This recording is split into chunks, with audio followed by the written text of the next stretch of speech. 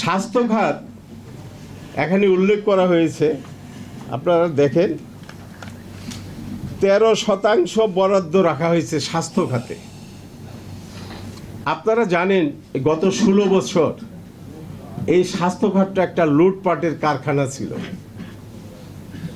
মানে কি পরিমাণ লুটপাটের কারখানা ছিল। আমরা যখন আন্দোলন করি ওই সময়কার স্বাস্থ্যমন্ত্রীর কে পদত্যাগ করার জন্য আমরা বহুবার ওই ফ্যাসিস্ট সরকারের কাছে আবেদন নিবেদন করেছি যে লুটপাটে দেশ ধ্বংস হয়ে যাচ্ছে এই স্বাস্থ্য খাতের কারণে। এত পরিমাণ লুটপাট আর অন্য কোনো মন্ত্রণালয়ে ছিল না, কোনো বিভাগে ছিল না, যেটা স্বাস্থ্য খাতে ছিল। এবং একচেটিয়াভাবে সেখানে দুর্নীতি হয়েছে। তারা তৎকালীন খুনি হাসিনা সরকার সেগুলো সব কিছু দেখেছে, জানছেও, কিন্তু তাদের কিছু করার ছিল না। এটি বাইরের একটি অদৃশ্য শক্তির অঙ্গুলিতে স্বাস্থ্যখাতটা পরিচালিত হতো। এটা আপনারা সবাই জানেন। যে স্বাস্থ্যমন্ত্রী ছিলেন, আমি নামটা ভুলে গেছি, জাহিদ সাহেব, ওনার বাবা কর্নেল মালিক সাহেবের ছেলে জাহিদ মালিক, উনি সরকারের ভিতর আরেকটা সরকার হয়ে গিয়েছিলেন এবং সরকারের প্রধান উনি ছিলেন। শেখ হাসিনার কথা তোয়াক্কা করতেন কিছু। কেন? শেখ হাসিনার ছোট বোন তার পাশে ছিলেন। তার পাশে থাকাতে উনি কাউকে তোয়াক্কা, শেখ হাসিনাকেও তোয়াক্কা করতেন না। এইভাবে সে একভাবে চালিয়ে গেছেন। কিন্তু এই লোকটা দিব্যি আরামায় সে এখনো আছে, এখনো জেলখানায় ঢুকে নাই। এত লুটপাট করছে দেশে এবং এই সম্পদ সম্পূর্ণ পাচার করেছে কানাডায়।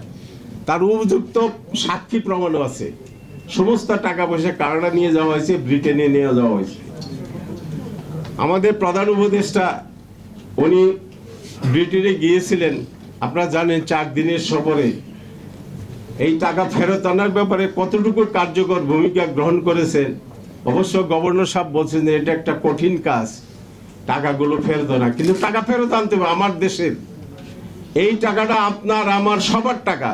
বিদেশে যে টাকাগুলো পাচার হয়েছে, 28 লক্ষ কোটি টাকা যে পাচার হয়েছে, এই টাকাগুলো সব ফেরত আনতে হবে যারাই ক্ষমতায় যাবেন। এখানে ভবিষ্যতে যারা ক্ষমতা আসবেন তাদের কাছেও আমরা অনুরোধ করব, আর যদি ওনারা ক্ষমতায় যান, আমাদের মঞ্জু ছোট ভাই কিছুক্ষণ আগে বক্তৃতা করেছেন, যারাই আপনারা ক্ষমতায় যান এবং যারা আছেন বর্তমানে, টাকাটা আপনাদেরকে ফেরত আনতেই হবে। এটা জনগণের দাবি, জনগণের টাকা, এই টাকা অবশ্যই ফিরিয়ে আনতে হবে। বন্ধুগণ, স্বাস্থ্য খাত এই অবস্থার মধ্যে নিয়ে যাওয়া হয়েছে। 3 লক্ষ কোটি টাকা বাজেটে ঘাটতি। এই ঘাটতি কিভাবে পূরণ করা হবে এটা আমি জানি না।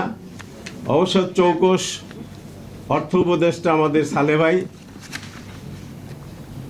উনি কিভাবে এটা ঘাটতি পূরণ করবেন আমাদের জানা নেই। আর আমার সবচেয়ে দুঃখ হলো, আমরা 2000 লোক জীবন দিলাম, প্রায় 32,000 লোক আহত, আমি নিজেও আহত। তারপরে যদি এই কালো টাকা সাদা করার সুযোগ সৃষ্টি করা হয় বাজেটে, আমি সবচেয়ে বড় সমালোচনা করবো এই খাতটা নিয়ে। এটা কেন করা হলো? এই সুযোগ কাদের জন্য দেওয়া হয়েছে? যারা লুটপাট করেছে, এই দেশটাকে টাকা পাচার করা হয়েছে, তাদের জন্য এই সুযোগটা সৃষ্টি করা হয়েছে।